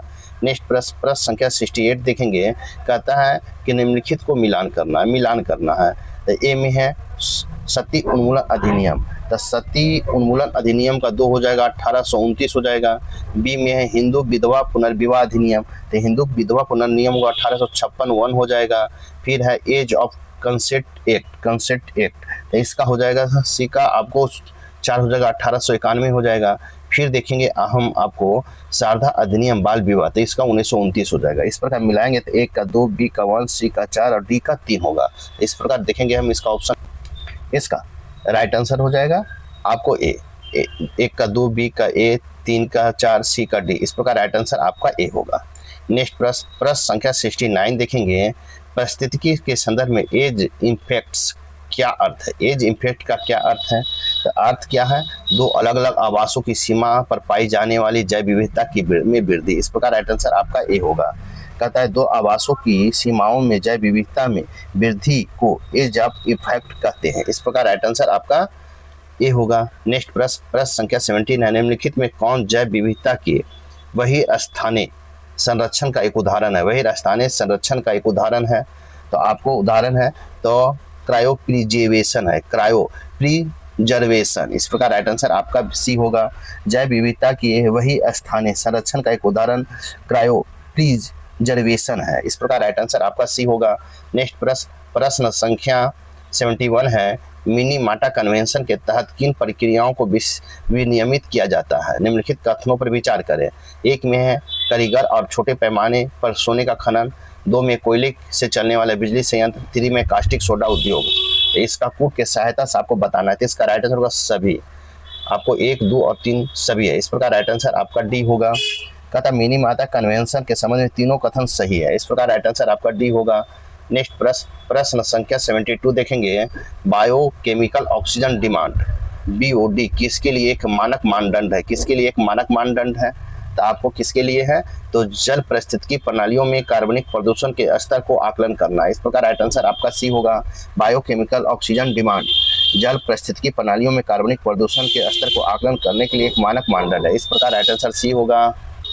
नेक्स्ट प्रश्न संख्या 73 है। पारिस्थितिकी निकेत शब्द सबसे पहले किसके द्वारा प्रस्तावित किया गया था। पारिस्थितिकी निकेत शब्द सबसे पहले किसके द्वारा प्रस्तावित किया गया था, तो किसके द्वारा प्रस्तावित किया गया था, तो जोसेफ ग्रीनेल के द्वारा। इस प्रकार राइट आंसर आपका बी होगा। जोसेफ ग्रीनेल ने सबसे पहले इकोलॉजिकल निकेत की अवधारणा प्रस्तावित की थी। इस प्रकार राइट आंसर आपका बी होगा। नेक्स्ट प्रश्न संख्या 74 है। नगरपालिका द्वारा अधिकार परीक्षा रीट किसके लिए जारी की जा सकती है? नगरपालिका द्वारा अधिकार परीक्षा रीट किसके द्वारा जारी की जा सकती है? तो आपको किसके द्वारा जारी की जा सकती है? तो किसी सार्वजनिक पद पर किसी व्यक्ति के दावे की वैधता की जांच करने के लिए। इस प्रकार राइट आंसर आपका बी होगा। नगरपालिका द्वारा अधिकार परीक्षा रीट किसी सार्वजनिक पद पर किसी व्यक्ति के दावे की वैधता की जांच करने के लिए जारी की जा सकती है। इस प्रकार राइट आंसर बी होगा। नेक्स्ट प्रश्न संख्या 75 देखेंगे। कहता है भारतीय संविधान की 10वीं अनुसूची में दल बदल विरोधी कानून के तहत सदन के पीठासीन अधिकारी अर्ध न्यायिक प्राधिकार के रूप में कार्य करता है। इस प्राधिकारी के संबंध में निम्नलिखित में से कौन सा कथन गलत है? आपको गलत पूछा है, तो गलत कौन है? तो इसका राइट आंसर उपयुक्त में से एक से अधिक। इस प्रकार राइट आंसर डी होगा। कहता दिए गए विकल्पों में एक से अधिक कथन गलत है। ए, बी और सी। आपको बी और सी गलत है, क्योंकि 10वीं अनुसूची के तहत पीठासीन अधिकारी की शक्तियां और प्रक्रियाएं विशिष्ट संवैधानिक सीमाओं के अधीन है। इस प्रकार राइट आंसर आपका डी होगा। नेक्स्ट प्रश्न संख्या 76 देखेंगे। नेक्स्ट प्रश्न संख्या 76 निम्नलिखित में कौन सा नीति निर्देशक सिद्धांत 42वें संशोधन अधिनियम 1976 के माध्यम से संविधान में नहीं जोड़ा गया था? कहता है 42वें संविधान संशोधन 1976 के माध्यम से जोड़ा नहीं गया था। तो कौन नहीं जोड़ा गया था? आय, स्थिति, सुविधाओं, अवसरों और समानताओं को कम करना, ये नहीं जोड़ा गया था। इस प्रकार राइट आंसर सी होगा। विकल्प सी को दिया गया नीति निर्देशक सिद्धांत 1976 के 42वें संविधान संशोधन के माध्यम से संविधान में नहीं जोड़ा गया था। इस प्रकार राइट आंसर सी होगा। नेक्स्ट प्रश्न संख्या 77 देखेंगे। कहता है राज्य निर्वाचन आयोग SEC के संदर्भ में निम्नलिखित कथनों पर विचार करें। एक में है राज्य निर्वाचन आयुक्त की सेवा शर्त कार्यकाल राज्यपाल द्वारा निर्धारित किए जाते हैं। 2 में है SEC राज्य विधानसभा पंचायती राज संस्थाओं में चुनाव कराने की जिम्मेदार है। 3 में राज्य निर्वाचन आयुक्त को हटाने की प्रक्रिया उच्च न्यायालय के न्यायाधीश के समान उपयुक्त में से कौन सा कथन सही है? तो कौन सा कथन सही है? तो आपका राइट आंसर होगा आपका 1 और 2। इस प्रकार राइट आंसर आपका बी होगा। राज्य निर्वाचन आयोग SEC के संदर्भ में कथन 1 और 3 सही है। इस प्रकार राइट आंसर आपका 1 और 3 सही। इस प्रकार राइट आंसर बी होगा। नेक्स्ट प्रश्न संख्या कहता निम्नलिखित को मिलान करें। पहला में संविधान अधिनियम है, संशोधन अधिनियम, और दूसरे में प्राथमिक उद्देश्य है। एक में है आपको देखना है, एक में 101वां संविधान संशोधन। तो 101वां संविधान संशोधन होगा वस्तु एवं सेवा कर GST की शुरुआत हुआ था। बी में 103वां संविधान संशोधन 1 होगा, EWS के लिए 10% का आरक्षण हुआ था। सी में 104वां संविधान संशोधन, तो इसका हो जाएगा SC/ST आरक्षण का विस्तार और एंग्लो इंडियन नामांकन का अंत हुआ था। और 105वां संविधान संशोधन होगा 3 राज्यों को OBC पहचानने की शक्ति की बहाली। इस प्रकार 1 का 2, बी का 1, सी का 4 और डी का 3 होता है। इस प्रकार राइट आंसर आपका ए होगा। नेक्स्ट प्रश्न संख्या 79 देखेंगे। कहता है भारतीय राष्ट्रीय कांग्रेस के निम्नलिखित प्रमुख नेताओं में से किसने 1921 के अहमदाबाद अधिवेशन में पूर्ण स्वराज पर एक प्रस्ताव पेश करने का सबसे पहले सुझाव दिया था? सबसे पहले सुझाव किसने दिया था? तो आपको किसने दिया था? इसका राइट आंसर होगा बी, हसरत मोहानी ने। हसरत मोहानी दिया था। इस प्रकार राइट आंसर आपका बी होगा। हसरत मोहानी सबसे पहले 1921 में अहमदाबाद अधिवेशन में पूर्ण स्वराज का प्रस्ताव सबसे पहले दिया था। इस प्रकार राइट आंसर आपका बी होगा। प्रश्न संख्या 18 है। बिहार प्रांतीय किसान सभा BPKS के संदर्भ में स्वामी सहजानंद सरस्वती के साथ प्रथम महासचिव के रूप में किसने कार्य किया था? प्रथम महासचिव के रूप में किसने कार्य किया था सहजानंद सरस्वती के साथ? तो आपको श्री कृष्ण सिंह ने काम किए थे। इस प्रकार राइट आंसर सी होगा। बिहार प्रांतीय किसान सभा के संदर्भ में स्वामी सहजानंद सरस्वती के साथ प्रथम महासचिव के रूप में डॉक्टर श्री कृष्ण सिंह ने कार्य किया था। इस प्रकार राइट आंसर सी होगा। नेक्स्ट प्रश्न संख्या 81 है। किस बौद्ध संगति में त्रिपिटक के तीसरे भाग में अभिधाम पिटक का अंतिम संकलन हुआ है? तो अंतिम संकलन हुआ है तो आपको तृतीय संगति में। इस प्रकार राइट आंसर सी होगा। कहता अभिधाम पिटक का अंतिम संकलन तृतीय बौद्ध संगति में हुआ। इस प्रकार राइट आंसर सी होगा। नेक्स्ट प्रश्न संख्या 82 देखेंगे। मध्यकालीन बिहार में बौद्ध शिक्षा का एक प्रमुख केंद्र उदंतपुरी विश्वविद्यालय किस पाल शासक द्वारा स्थापित किया गया था? किस पाल शासक द्वारा स्थापित किया गया था? इसका राइट आंसर हो जाएगा आपको गोपाल के द्वारा। इस प्रकार राइट आंसर आपका ए होगा। मध्यकालीन बिहार में बौद्ध शिक्षा का एक महत्वपूर्ण केंद्र उदंतपुरी विश्वविद्यालय पाल शासक गोपाल द्वारा स्थापित किया गया था। इस प्रकार राइट आंसर बी होगा। प्रश्न संख्या 83 है, एक क्रांतिकारी गुप्त समाज अनुशीलन समिति ने 1913 में एक किसके नेतृत्व पटना में अपनी शाखा स्थापित की थी? पटना में किसने अपनी शाखा स्थापित की थी? तो सचिंद्रनाथ सन्याल ने। इस प्रकार राइट आंसर आपका ए होगा। सचिंद्रनाथ सन्याल ने 1913 में पटना में एक अनुशीलन समिति की शाखा स्थापित की थी। इस प्रकार राइट आंसर ए होगा। नेक्स्ट प्रश्न संख्या 84 देखेंगे। प्रश्न संख्या 84 है, संयुक्त राज्य लोक सेवा आयोग, संयुक्त राज्य लोक सेवा आयोग JSPPSC के संबंध में निम्नलिखित कथनों में कौन सा कथन सही है? कहता है कौन सा कथन आपका सही है? इसका राइट होगा, यह संबंधी राज्य विधानसभाओं के अनुरोध पर संसद के एक अधिनियम द्वारा बनाया गया एक वैधानिक निकाय है। यह संबंधित राज्य विधानसभाओं के अनुरोध पर संसद के एक अधिनियम द्वारा बनाया गया वैधानिक निकाय है। इस प्रकार राइट आंसर सी होगा। कहता है संयुक्त राज्य लोक सेवा आयोग का संबंध का कथन सी सही है। इस प्रकार राइट आंसर सी होगा। नेक्स्ट प्रश्न संख्या 85 देखेंगे। कहता है निम्नलिखित मिलान करना है। सूची 1 में समिति है और सूची 2 में विशेषता है। आपको मिलान करना है, तो मिलान करना है तो देखेंगे प्रकलन समिति। तो प्रकलन समिति में लोकसभा के 30 सदस्य होते हैं। बी में है सार्वजनिक उपक्रम समिति, तो इसमें होगा लोक लेखा समिति की जुड़वा बहन कहलाती है। 3 में विभागीय संबंधित अस्थायी समिति, तो इसका हो जाएगा 4। कुल 31 सदस्य, 21 लोकसभा 10 राज्यसभा का होते हैं। SC/ST कल्याण पर समिति, तो इसमें होता है राज्यसभा के 10 सदस्य शामिल होते हैं। इस प्रकार A का 2, B का 3, C का 4 और D का 1 होगा। इस प्रकार राइट आंसर आपका ए होगा। नेक्स्ट प्रश्न संख्या 86 देखेंगे। में एक व्यक्तिगत सत्याग्रह 1940 के संदर्भ में श्री कृष्ण सिंह के दूसरे सत्याग्रही के रूप में किसे चुना गया था? तो दूसरे सत्याग्रह श्री कृष्ण सिंह के बाद दूसरे सत्याग्रही के रूप में किसे चुना गया था? तो आपको अनुग्रह नारायण सिंह को चुना गया था। इस प्रकार राइट आंसर ए होगा। बिहार में व्यक्तिगत सत्याग्रह 1940 के संदर्भ में श्री कृष्ण सिंह के बाद दूसरे सत्याग्रही के रूप में अनुग्रह नारायण सिंह को चुना गया था। इस प्रकार राइट आंसर आपका ए होगा। नेक्स्ट प्रश्न संख्या 87 है, बिहार में आकस्मिक निधि किस अनुच्छेद के तहत भारत के राष्ट्रपति के अधीन रखी गई है? आकस्मिक निधि किस अनुच्छेद के तहत भारत के राष्ट्रपति के अधीन रखी गई है? तो आपको अनुच्छेद 267 के तहत रखी गई। इस प्रकार राइट आंसर सी होगा। भारत के आकस्मिक निधि अनुच्छेद 267 के तहत भारत के राष्ट्रपति के अधीन रखी गई। इस प्रकार राइट आंसर सी होगा। प्रश्न संख्या 188 देखेंगे। 1942 में भारत छोड़ो आंदोलन के दौरान बिहार के किस जिले में अल्पकाल के लिए राष्ट्रीय सरकार राजस्व सरकार की स्थापना की गई थी? तो आपको इनमें से एक से अधिक होगा। इस प्रकार राइट आंसर आपका डी होगा। कहता दिए गए विकल्पों में मुंगेर भागलपुर दोनों विकल्प सही है। मुंगेर और भागलपुर दोनों सही है। सबसे प्रसिद्ध समानांतर सरकार तामलुक बंगाल और सतारा महाराष्ट्र में स्थापित की, लेकिन बिहार के मुंगेर और भागलपुर में अत्यंत तीव्र स्थानीय प्रशासन देखा गया था। इस प्रकार राइट आंसर डी होगा। नेक्स्ट प्रश्न संख्या 89 है, पटना का युद्ध किसके बीच लड़ा गया था? पटना का युद्ध किसके बीच लड़ा गया था? तो आपको अलीवर्दी खान और अफगान विद्रोही के बीच लड़ा गया था। इस प्रकार राइट आंसर सी होगा। पटना के युद्ध अलीवर्दी खान और अफगान विद्रोही के बीच लड़ा गया था। इस प्रकार राइट आंसर आपका सी होगा।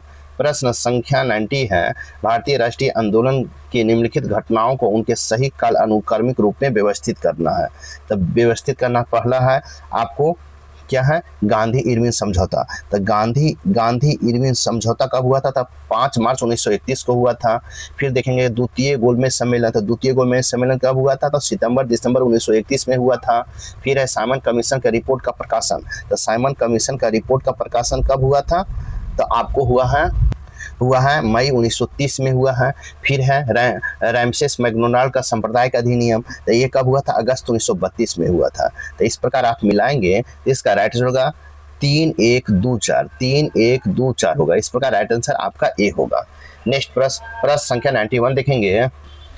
प्रश्न संख्या 91 है, पटना में स्थित सदाकत आश्रम अपने जीवन के अंतिम चरणों के दौरान किस प्रमुख नेता का निवास स्थान था? तो आपको डॉक्टर राजेंद्र प्रसाद का। इस प्रकार राइट आंसर आपका भी होगा। बिहार पटना में स्थित सदाकत आश्रम अपने जीवन के अंतिम चरणों के दौरान डॉक्टर राजेंद्र प्रसाद का निवास स्थान था। इस प्रकार राइट आंसर भी होगा। प्रश्न संख्या 92 है, बिहार में अस्थायी बंदोबस्त के संबंध में निम्नलिखित कथनों में कौन सा कथन सही है? कहता है कौन सा कथन सही है? तो बिहार जमींदारों को भूमि को स्वामियों के रूप में मान्यता दी गई थी। ये आपका सही है। इस प्रकार राइट आंसर आपका भी होगा। बिहार में अस्थायी बंदोबस्त के संबंध में कथन भी सही है। इस प्रकार राइट आंसर आपका भी होगा। प्रश्न संख्या 93 देखेंगे, मिलान करना है। सूची 1 में नेता है, सूची 2 में क्षेत्र है। आपको इसमें मिलान करना है। कुंवर सिंह कहाँ से लग रहे थे तो जगदीशपुर से 2 हो जाएगा। पीर अली खान तो 1 हो जाएगा पटना से। और अर्जुन सिंह है तो आपको सिंहभूम से हो जाएंगे। गजोधर सिंह है तो फतेहपुर से हो जाएंगे। इस प्रकार मिलाएंगे तो 1 का 2, बी का 1, सी का 4 और डी का 3 होगा। इस प्रकार राइट आंसर आपका ए होगा। नेक्स्ट प्रश्न संख्या 94 देखेंगे। 12वीं शताब्दी के अंत में बिहार में नालंदा विश्वविद्यालय को नष्ट करने वाला पहला मुस्लिम आक्रमणकारी कौन था? तो नालंदा विश्वविद्यालय को नष्ट करने वाला पहला मुस्लिम आक्रमणकारी कौन था? तो आपको कौन थे? इसका राइट आंसर होगा बख्तियार खिलजी। इस प्रकार राइट आंसर आपका भी होगा। 12वीं शताब्दी के अंत में बिहार में नालंदा विश्वविद्यालय को नष्ट करने वाला पहला मुस्लिम आक्रमणकारी बख्तियार खिलजी था। इस प्रकार राइट आंसर भी होगा। नेक्स्ट प्रश्न संख्या 95। महात्मा गांधी के सत्याग्रह के बाद गठित चंपारण कृषि समिति 1917 के संबंध में निम्नलिखित कथनों पर विचार कीजिए। 1 में समिति की अध्यक्ष FG सली ने की थी। 2 में महात्मा गांधी के सदस्य के रूप में शामिल किया गया था।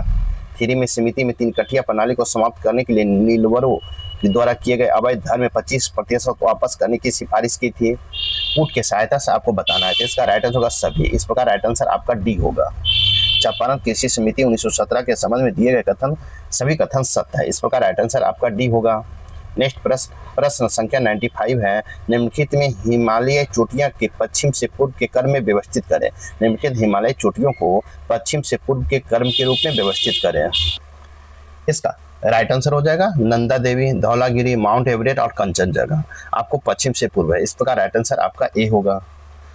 हिमालय चोटियां पश्चिम से पूर्व की ओर सही भौगोलिक क्रम नंदा देवी, धौलागिरी, माउंट एवरेस्ट और कंचनजंगा। इस प्रकार राइट आंसर आपका ए होगा। नेक्स्ट प्रश्न संख्या 97 है। बिहार के रोहतास पठार निम्नलिखित में किस पर्वत प्रणाली का हिस्सा है? किस पर्वत प्रणाली का हिस्सा है? तो आपको किसका है? विंध्य श्रेणी का। इस प्रकार राइट आंसर आपका बी होगा। बिहार के रोहतास का पठार मुख्य रूप से विंध्य पर्वत श्रेणी का हिस्सा। इस प्रकार राइट आंसर आपका बी होगा। नेक्स्ट प्रश्न संख्या 98 निम्नलिखित को मिलान कर। सूची 1 में उद्यान अभ्यारण्य, सूची 2 में राज्य है, तो मिलान करना है इसमें। तो देखेंगे एक का राष्ट्रीय वाल्मीकि राष्ट्रीय उद्यान, तो वाल्मीकि राष्ट्रीय उद्यान आपको बिहार में है। फिर देखेंगे गिर राष्ट्रीय उद्यान, तो गिर राष्ट्रीय उद्यान कहाँ है? तो गुजरात में 1 हो जाएगा। फिर देखेंगे बांदीपुर राष्ट्रीय उद्यान कहाँ है? तो बांदीपुर राष्ट्रीय उद्यान आपको कर्नाटक में है, 4 हो जाएगा। फिर देखेंगे सिमलीपाल राष्ट्रीय उद्यान कहाँ है? उड़ीसा में है, 3 हो जाएगा। इस प्रकार आप मिलाएंगे तो 1 का 2, बी का 1, सी का 4 और डी का 3 होगा। इस प्रकार राइट आंसर इसको होगा। इसका राइट 1 का 2, बी का 1, सी का 4 और डी का 3। इस प्रकार राइट आंसर ए होगा। नेक्स्ट प्रश्न संख्या 99 देखेंगे। घड़ियाल मुख्य रूप से भारत की किस नदी आवास में पाया जाता है? घड़ियाल मुख्य रूप से भारत की किस नदी आवास में पाया जाता है? तो आपको पाया जाता है तो आपको चंबल में पाया जाता है। इस प्रकार राइट आंसर भी होगा। घड़ियाल मुख्य रूप से भारत की चंबल नदी आवास में पाया जाता है। इस प्रकार राइट आंसर भी होगा। नेक्स्ट प्रश्न संख्या 100 है। निम्न में कौन सा देश हाल में अंतर्राष्ट्रीय सौर गठबंधन ISA के पूर्व सदस्य के रूप में शामिल होने वाला 100वां सदस्य बना है? तो 100वां सदस्य कौन बना है? तो आपको कौन बना है? इसका राइट आंसर हो जाएगा पनामा बना है, पनामा। इस प्रकार राइट आंसर आपका भी होगा। अंतर्राष्ट्रीय सौर गठबंधन ISA के पूर्व सदस्य के रूप में शामिल होने वाला 100वां सदस्य पनामा बना है। इस प्रकार राइट आंसर आपका भी होगा। नेक्स्ट प्रश्न संख्या 101 है। राज्य की महाधिवक्ता के संबंध में निम्नलिखित में से कौन सा कथन सही है? कहता है कौन सा कथन सही है? तो आपको वह राज्यपाल के प्रसाद पद धारण करता है। इस प्रकार राइट आंसर आपका भी होगा। राज्यपाल की महाधिवक्ता के संबंध में कथन 20 सही है, क्योंकि अनुच्छेद 165 के तहत राज्यों के लिए महाधिवक्ता पद का प्रावधान है। इस प्रकार राइट आंसर भी होगा। प्रश्न संख्या 102 है। किस मुगल सम्राट के शासनकाल में अंग्रेजी ईस्ट इंडिया कंपनी ने पटना बिहार में 1916-20 में अपना पहला कारखाना स्थापित किया था? 1620 में अपना पहला कारखाना स्थापित किया था। किसने किया था? तो जहांगीर के शासनकाल में। इस प्रकार राइट आंसर आपका भी होगा। जहांगीर के शासनकाल के दौरान अंग्रेजी ईस्ट इंडिया कंपनी ने पटना बिहार में 1620 में अपना पहला कारखाना स्थापित किया था। इस प्रकार राइट आंसर भी होगा। नेक्स्ट प्रश्न संख्या 103 है। बिहार में स्थित सोमेश्वर श्रेणी जो नेपाल के साथ अंतर्राष्ट्रीय सीमा बनाती है, किस हिमालय विभाजन का हिस्सा है? किस हिमालय विभाजन का हिस्सा है? तो आपको किसका है? शिवालिक श्रेणी का। इस प्रकार राइट आंसर आपका ए होगा। बिहार के सोमेश्वर श्रेणी जो नेपाल के साथ अंतर्राष्ट्रीय सीमा बनाती है, शिवालिक श्रेणी का हिस्सा है। इस प्रकार राइट आंसर आपका सी होगा। नेक्स्ट प्रश्न संख्या 104 है। भारत में प्रायद्वीपीय पठार के संदर्भ में निम्नलिखित पहाड़ियों को उत्तर से दक्षिण के क्रम को व्यवस्थित करें। तो उत्तर से दक्षिण क्रम को व्यवस्थित करने का रहा है, तो आपको सबसे पहले होगा विंध्य श्रेणी, फिर होगा सतपुरा श्रेणी, फिर होगा महादेव श्रेणी, तब होगा नीलगिरी श्रेणी। इस प्रकार राइट आंसर आपका ए होगा। भारत के प्रायद्वीपीय पठार के संदर्भ में पहाड़ियों को उत्तर से दक्षिण के क्रम में 3, 4, 1, 2 होगा। इस प्रकार राइट आंसर आपका ए होगा। नेक्स्ट प्रश्न संख्या 105 देखेंगे। बिहार में खनिज संपदा के संदर्भ में जमुई जिले में खोजे गए स्वर्ण भंडार के संबंध में निम्नलिखित कथनों पर विचार करें। एक में भारतीय भौगोलिक सर्वेक्षण जीएसआई के अनुसार बिहार के पास भारत के कुल स्वर्ण अयस्क भंडार लगभग 44% हिस्सा है। 2 में जमुई का प्राथमिक क्षेत्र सोना ब्लॉक स्थित है जो विशेष रूप से करमटिया और मढ़ी के क्षेत्रों में है। 3 में है इस क्षेत्र में पाए जाने वाला सोना विशेष रूप से प्लेसर गोल्ड जिसे चट्टानी नसों के बजाय नदी के तल के निक्षेपों से प्राप्त किया जाता है। कूट के सहायता से आपको बताना है, तो कूट के सहायता से बताएं। इसका राइट 1 और 2 सही है, 1 और 2 सही। इस प्रकार राइट आंसर आपका ए होगा। बिहार में खनिज संपदा के संदर्भ में जमुई जिले में खोजे गए सोने के भंडार के संबंध में कथन 1 और 2 सही है। इस प्रकार राइट आंसर ए होगा। नेक्स्ट प्रश्न संख्या 106 देखेंगे। प्रश्न संख्या 106 देखेंगे। तथा मनुष्य में 21 गुणसूत्र में ट्राइसोमी के कारण होने वाले विकार कौन सा? मनुष्य में 21 गुणसूत्र की ट्राइसोमी के कारण होने वाले विकार कौन सा है? तो कौन सा है? तो आपको होगा डाउन सिंड्रोम। इस प्रकार राइट आंसर आपका भी होगा। मनुष्यों में 21 गुणसूत्र में ट्राइसोमी के कारण होने वाला विकार डाउन सिंड्रोम है। इस प्रकार राइट आंसर आपका भी होगा। प्रश्न संख्या 107 है। प्रकाश संश्लेषण प्रकाश निर्भर प्रतिक्रिया का मुख्य कार्य क्या है? तो मुख्य कार्य क्या है? तो आपको है NADPH और ATP उत्पन्न करना। NADPH और ATP को उत्पन्न करना। इस प्रकार राइट आंसर सी होगा। प्रकाश संश्लेषण प्रकाश निर्भर प्रतिक्रियाओं का मुख्य कार्य सौर ऊर्जा और रासायनिक ऊर्जा में बदलना। ATP को NADPH जैसे ऊर्जा समृद्ध अणुओं को निर्माण करना। इस प्रकार राइट आंसर आपका सी होगा। नेक्स्ट प्रश्न संख्या 108 देखेंगे। प्रश्न संख्या 108 है। प्रकाश की वह तीव्रता जिस पर प्रकाश संश्लेषण की दर शोषण की दर आवश्यकताओं को पूरा करने के लिए बिल्कुल बराबर होती है, क्या कहलाती है? तो क्या कहलाती है? तो आपको क्षतिपूर्ति बिंदु कहलाती है। इस प्रकार राइट आंसर ए होगा। प्रकाश की वह तीव्रता जिस पर प्रकाश संश्लेषण की दर और शोषण की दर एक दूसरे के बिल्कुल बराबर होती है उसे प्रकाश क्षतिपूर्ति बिंदु कहा जाता है। इस प्रकार राइट आंसर आपका ए होगा। प्रश्न किसके लिए उल्लेखित किया जाता है? तो आपको एक प्रारंभिक मानव प्रजाति के लिए। इस प्रकार राइट आंसर आपका बी होगा। कहता है डेनिसोवेंस शब्द का उल्लेख आदिम मानव की एक लुप्त प्राय प्रजाति के संदर्भ में किया जाता है। इस प्रकार राइट आंसर आपका बी होगा। प्रश्न संख्या 110 है। जीवन की उत्पत्ति की आधुनिक सिद्धांत किसके द्वारा प्रस्तावित किया गया था? तो किसके द्वारा प्रस्तावित किया गया था? तो आपको ओपेरिन के द्वारा। इस प्रकार राइट आंसर ए होगा। जीवन की उत्पत्ति के आधुनिक सिद्धांत ओपेरिन हाइल्डन सिद्धांत का पदार्थवाद का सिद्धांत कहा जाता है। मुख्य रूप से इसे AI ओपेरिन द्वारा प्रस्तावित किया गया था। इस प्रकार राइट आंसर ए होगा। नेक्स्ट प्रश्न संख्या 111 है। वाइन के किण्वन में प्रयुक्त होने वाला स्टार्टर कल्चर क्या है?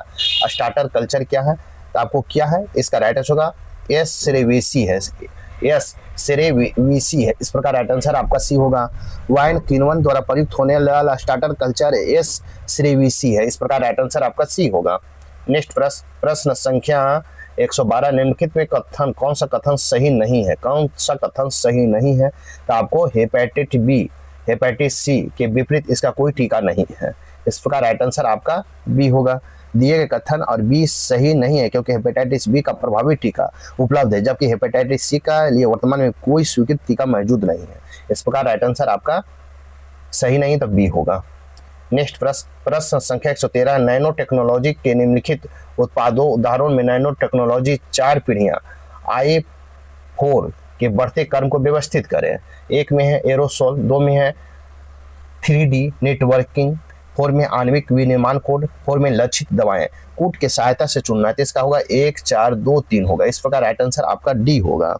नैनो टेक्नोलॉजी में 4 पीढ़ियों का बढ़ता क्रम 1, 4, 2 और 3 है। इस प्रकार राइट आंसर आपका डी होगा। नेक्स्ट प्रश्न संख्या 114 हाइड्रोजन बम किसके द्वारा विकसित किया गया था? हाइड्रोजन बम किसके द्वारा विकसित किया गया था? तो एडवर्ड टेलर के द्वारा। इस प्रकार राइट आंसर आपका ए होगा। हाइड्रोजन बम का विकास मुख्य रूप से एडवर्ड टेलर द्वारा किया गया था। इस प्रकार राइट आंसर ए होगा। नेक्स्ट प्रश्न संख्या 115 ध्रुव पूर्णिमा और साइरस के बीच क्या संबंध है? ध्रुव पूर्णिमा और साइरस के बीच क्या संबंध है? तो आपको क्या संबंध है? तो ए भारतीय अनुसंधान रिएक्टर है। इस प्रकार राइट आंसर आपका ए होगा। तथा ध्रुव पूर्णिमा और साइरस के बीच मुख्य संबंध यह है कि ये तीनों भारत के परमाणु अनुसंधान रिएक्टर है। इस प्रकार राइट आंसर आपका ए होगा। नेक्स्ट प्रश्न संख्या 116 देखेंगे। पाश्चुरीकरण की प्रक्रिया वह है जिसमें होता है तो पैस्चुरीकरण की प्रक्रिया, पहले दूध को लंबे समय तक गर्म किया जाता है और फिर निश्चित समय के भीतर अचानक ठंडा किया जाता है। इस प्रकार राइट आंसर आपका सी होगा। पैस्चुरीकरण वह प्रक्रिया जिसमें दूध को पहले निश्चित तापमान पर गर्म किया जाता है, फिर अचानक बहुत तेजी से ठंडा किया जाता है। इस प्रकार राइट आंसर सी होगा। प्रश्न संख्या 117, निम्नलिखित तत्वों में कौन सा धातु नहीं है? कहता निम्नलिखित तत्वों में कौन सा धातु नहीं है? तो सल्फर गंधक आपको धातु नहीं। इस प्रकार राइट आंसर आपका डी होगा। दिए गए तत्वों में सल्फर गंधक या धातु नहीं है बल्कि एक अधातु है। इस प्रकार राइट आंसर डी होगा। प्रश्न संख्या 118 है, शुष्क सेल निम्नलिखित में किसके उपयोग इलेक्ट्रोलाइटस के रूप में किया जाता है? इलेक्ट्रोलाइटस के रूप में किया जाता है तो आपको किसके रूप में किया जाता है? अमोनिया क्लोराइड और जिंक क्लोराइड के रूप में किया जाता है। इस प्रकार राइट आंसर ए होगा। शुष्क सेल मुख्य रूप से अमोनिया क्लोराइड NH4Cl और जिंक क्लोराइड ZnCl2 के पोस्ट का उपयोग इलेक्ट्रोलाइटस के रूप में किया जाता है। इस प्रकार राइट आंसर आपका ए होगा। नेक्स्ट प्रश्न संख्या 119 देखेंगे। प्रश्न संख्या 119, खाद्य पदार्थों के डिब्बों पर जस्ता के किस स्थान पर टीन की परत चढ़ाई जाती है? क्यों? कहता खाद्य पदार्थों में डिब्बों पर जस्ता के स्थान पर टीन की परत चढ़ाई जाती है। क्यों चढ़ाई जाती है? तो जस्ता टीन की तुलना में अधिक अभिक्रियाशील है। इस प्रकार राइट आंसर आपका सी होगा। खाद्य पदार्थों में डिब्बा पर जस्ता के स्थान पर टीन की परत चढ़ाई क्योंकि जस्ता टीन की तुलना में अधिक अभिक्रियाशील है। इस प्रकार राइट आंसर सी होगा। प्रश्न संख्या 120 है, वह धातु प्रक्रिया जिसमें धातु की पिघली हुई अवस्था प्राप्त किया जाता है क्या कहलाती है? तो आपको ए होगा, परागलन कहलाती है। इस प्रकार राइट आंसर आपका ए होगा। वह धातुकर्म प्रक्रिया जिसमें X उसके गलनांक के अधिक तापमान पर गर्म करके धातु पिघली हुई अवस्था का प्राप्त करता है, प्रगलन कहलाती है। इस प्रकार राइट आंसर आपका ए होगा। नेक्स्ट प्रश्न 121 है, उपयुक्त मोटाई और फ्यूज तार क्षति को रोकने की उसकी दक्षता में सुधार करता है। ये तार किसके बने होते हैं? ये आपको शीशा और टीन के मिश्र धातु के बने होते हैं। इस प्रकार राइट आंसर आपका सी होगा। फ्यूज तार आमतौर पर टीन और शीशा के मिश्र धातु के बने होते हैं। इस प्रकार राइट आंसर आपका सी होगा। नेक्स्ट प्रश्न संख्या 122 देखें, निम्नलिखित में किसे सफेद धातु के नाम से जाना जाता है? सफेद धातु के नाम से जाना जाता है तो आपको इनमें से कोई नहीं, एक से अधिक। इस प्रकार राइट आंसर आपका डी होगा। प्लेटिनियम को इसकी चमकदार सफेद जगत के अत्यंत दुर्लभ होने के कारण इसे सफेद सोना या सफेद धातु कहा जाता है। इस प्रकार राइट आंसर उसमें होगा, इनमें से कोई नहीं। नेक्स्ट प्रश्न संख्या 123 है, अम्लीय वर्षा निम्नलिखित में शामिल होते हैं। अम्लीय वर्षा तो आपको होगा नाइट्रिक अम्ल और सल्फ्यूरिक अम्ल होते हैं। इस प्रकार राइट आंसर सी होगा। अम्लीय वर्षा मुख्य रूप से नाइट्रिक अम्ल और सल्फ्यूरिक अम्ल होते हैं। इस प्रकार राइट आंसर सी होगा। नेक्स्ट प्रश्न संख्या 124 है, बेकिंग पाउडर के निर्माण में निम्नलिखित किस अम्ल का उपयोग किया जाता है? किस अम्ल का उपयोग किया जाता है? तो आपको टार्टेरिक का किया जाता है। इस प्रकार राइट आंसर आपका सी होगा। बेकिंग पाउडर का निर्माण में टार्टेरिक अम्ल का उपयोग किया जाता है। इस प्रकार राइट आंसर आपका सी होगा। प्रश्न संख्या 125 है, सफेद कपड़े पर लगा कढ़ी का दाग साबुन लगने पर लाल भूरा हो जाता है, जबकि कपड़े को ढेर सारे पानी से धोया जाता है तो फिर से पीला हो जाता है। यह लाल भूरा इसलिए होता है क्यों होता है? तो इसका राइट आंसर होगा साबुन की प्रकृति क्षारीय होता है। इस प्रकार राइट आंसर आपको ए होगा। सफेद कपड़े पर लगी कढ़ी का दाग साबुन लगने पर लाल भूरा हो जाता है। कढ़ी में लदी हल्दी मौजूद होता है, चूंकि हल्दी एक प्राकृतिक सूचक, इसलिए इसका उपयोग वह परीक्षण करने के लिए किया जाता है, ना कि कोई पदार्थ अम्ल है या क्षार है। इस प्रकार राइट आंसर आपका ए होगा। नेक्स्ट प्रश्न संख्या 126 है, पानी की टंकियां में कवक को नष्ट करने के लिए क्या उपयोग किया जाने वाला रसायन है? तो उपयोग किया जाने वाला रसायन कौन सा है? कॉपर सल्फेट है। इस प्रकार राइट आंसर आपका सी होगा। पानी की टंकियों में कवक को नष्ट करने के लिए मुख्य रूप से कॉपर सल्फेट का उपयोग किया जाता है। इस प्रकार राइट आंसर आपका डी होगा। नेक्स्ट प्रश्न संख्या 127 देखेंगे, एक फ्यूज तार की विशेषता क्या होती है? एक फ्यूज तार की विशेषता क्या होती है? तो उच्च प्रतिरोध और निम्न गलनांक होती है। इस प्रकार राइट आंसर सी होगा। एक फ्यूज तार की मुख्य विशेषता उच्च प्रतिरोध और निम्न गलनांक होता है। इस प्रकार राइट आंसर सी होगा। प्रश्न संख्या 128 है, एक घर में दो बल्बों में एक दूसरे की तुलना में अधिक चमकता है। इस संदर्भ में कौन सा कथन सही है? इस संदर्भ में कौन सा कथन सही है? तो आपको चमकीला बल्ब प्रतिरोध अधिक होता है। इस प्रकार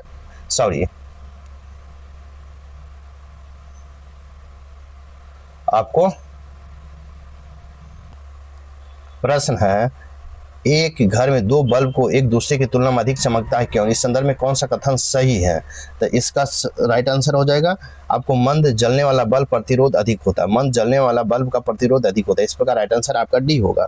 एक घर में दो बल्ब एक दूसरे की तुलना में अधिक चमकता है, इससे स्पष्ट होता है कि मंद जलने वाला बल्ब का प्रतिरोध अधिक होता है। इस प्रकार राइट आंसर आपका डी होगा। नेक्स्ट प्रश्न संख्या 129 है, यदि हीटर का फिलामेंट की लंबाई 10% कम कर दी जाए तो हीटर की शक्ति क्या होगा? तो हीटर का शक्ति क्या होगा? तो आपको लगभग 11% बढ़ जाएगी। इस प्रकार राइट आंसर आपका बी होगा।